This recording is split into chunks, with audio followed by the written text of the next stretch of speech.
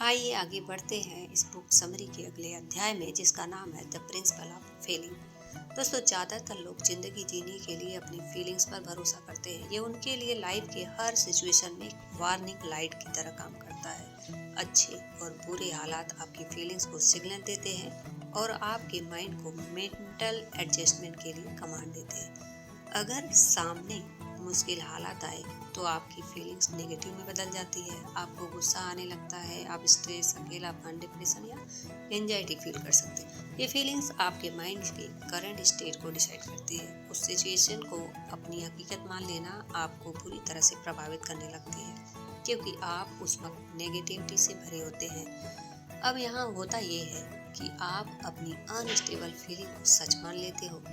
याद रहे, हमारे थॉट्स हमारे मूड पर गहरा असर डालते हैं।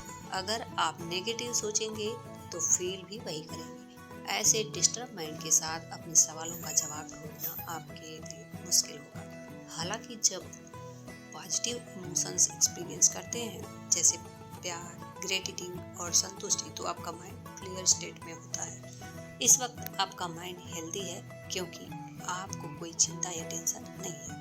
इसलिए ऐसे माइंड के साथ आप जिंदगी के हर पहलू को बड़े इफेक्टिव तरीके से मैनेज कर सकते हैं। अपने नेगेटिव थॉट्स को दूर करने की एबिलिटी आपको पॉजिटिव फीलिंग्स को वापस पाने में मदद करेगी। रैंडम ख्यालों को अनदेखा करके और अपने दिमाग को हालात के अनुसार ढाल कर आप हेल्दी फंक्शंस को इनकरेज कर सकते हैं। यहाँ आप नेगेटिव थॉट्स को पॉजिटिव थॉट्स में बदलने के लिए सोच समझकर कंट्रोल कर रहे हैं। यानी हर कोई जो फील कर रहा है उसे वो कंट्रोल कर सकता है। यानी आप सिर्फ एक थॉट के जरिए अच्छा फील कर सकते हो। एक बार अपने मेंटल एडजस्टमेंट की पावर को समझने के बाद आप अपने इमोशनल स्टेट को कंट्रोल कर सकते हो। स्टेसी की स्टोरी में उसका अपने पेरेंट्स के डिसीजन के प्रति नेगेटिव फीलिंग्स बढ़ती चली गई थी, क्योंकि वो अपनी फीलिंग्स का असली मकसद नहीं समझ पाई थी। स्टेसी को हमेशा ये लगा कि उनके पेरेंट उसे प्यार नहीं करते, जिसके कारण उसके मन में उनके प्रति कड़वाहट भर गई थी, जो उसकी उदासी का कारण बन गई थी। अगर स्टेसी ये समझती कि उसकी थॉट्स उसकी फीलिंग्स को अफेक्ट कर रहे हैं, तो वो शायद इतना नेगेटिव नहीं सोचती। इसके बजाय वो सिचुएशन को बेटर फीलिंग के साथ अप्रोच कर सकती थी। स्टेसी अपने थॉट्स पर ध्यान दे सकती थी, जिससे उसके पेरेंट्स के साथ उसके रिश्ते में दरार नहीं पड़ती। जब आप अपने नेचुरल स्टेट ऑफ माइंड में होते हो तो आपको खुशी मिलती है, क्योंकि आपके माइंड को नेगेटिविटी से डील नहीं करना पड़ता।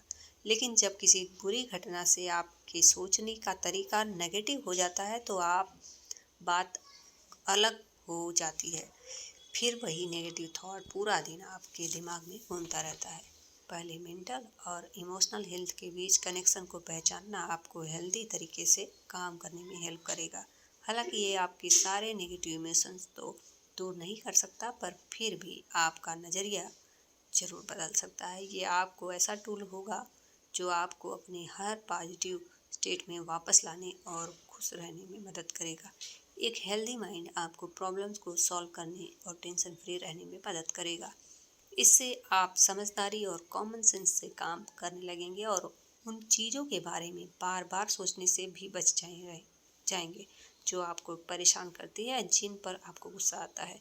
आप अपने पॉजिटिव या नेगेटिव फीलिंग्स की जड़ को भी समझ पाएंगे और उनसे डील कर पाएंगे। तो इस अध्याय में हमने जाना कि फीलिंग्स कैसे प्रभावित करते हैं और उनसे कैसे बचा जा सकता है। तो इस बुक इस चैप्टर की समरी को समाप्त करते हुए विदा लेते हैं। मिलते हैं इसी बुक की अगली चैप्टर की अगली समरी में। धन्यवाद। Bye bye. Take care.